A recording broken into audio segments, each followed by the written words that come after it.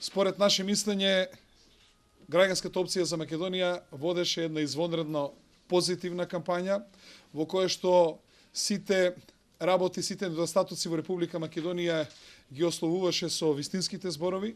Во исто време понудивме решенија за проблемите во Република Македонија, понудивме една одлична изборна програма.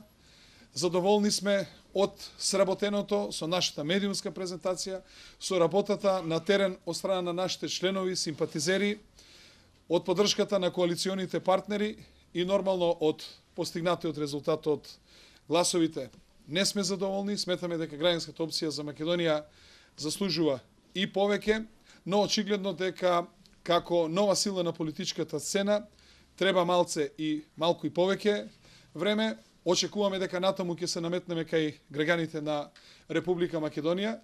Она што е за нас битно е што освоивме 31.610 гласови, во изборна единица 1 8.725 гласови, во изборна единица број 2 5.503, во изборна единица 3 5.169, во изборна единица број 4 8.428, во изборна единица број 5 3024, во изборна единица број 6 761 глас.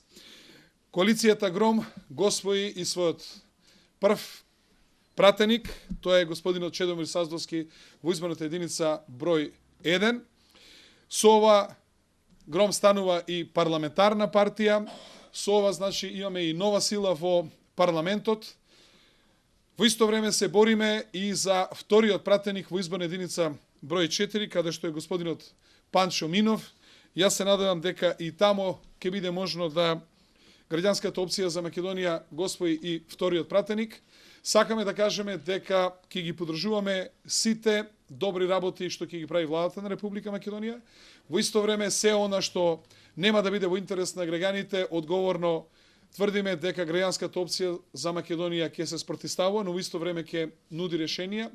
И она што е за нас битно е што мораме да кажеме како политичка партија дека изминативе избори, односно вчерашниот ден, заврши во мирна атмосфера. Сметаме дека ова беа сепак коректни избори и дека Република Македонија покажа зрелост со изборот на председател и членови на парламентот во собранието на Република Македонија.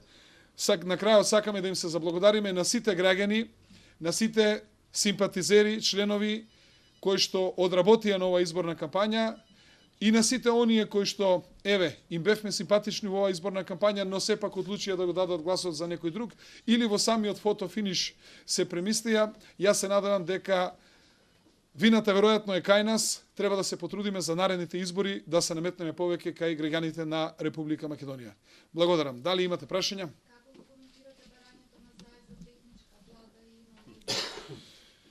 Јас не можам да го коментирам барањето на Заев за техничка влада. Сметам дека изборите ги спроведува Државната изборна комисија. Начело на Државната изборна комисија е представник од опозицијата. Сметам дека се тие најодговорни за тоа како тече изборниот ден и како течат изборите во Република Македонија и според тоа таа институција е најодговорна за тоа какви избори има во Република Македонија. А според она што гледам, Државната изборна комисија нема забелешки на изборниот процес. Објективно, нашата специфична тежина е многу поголема и овој еден пратеник веројатно е таа златна акција која што ја има граѓанската опција за Македонија, но таа златна акција ќе се користи нормално во конструктивност во работата на парламентот. Мислам дека со ова практично само граѓанската опција за Македонија ќе даде свој придонес во работата на парламентот на Република Македонија. Благодарам. Дали имате други прашања? Благодарам на вашето присуство и на коректноста за време на изборната кампања од страна на сите медиуми.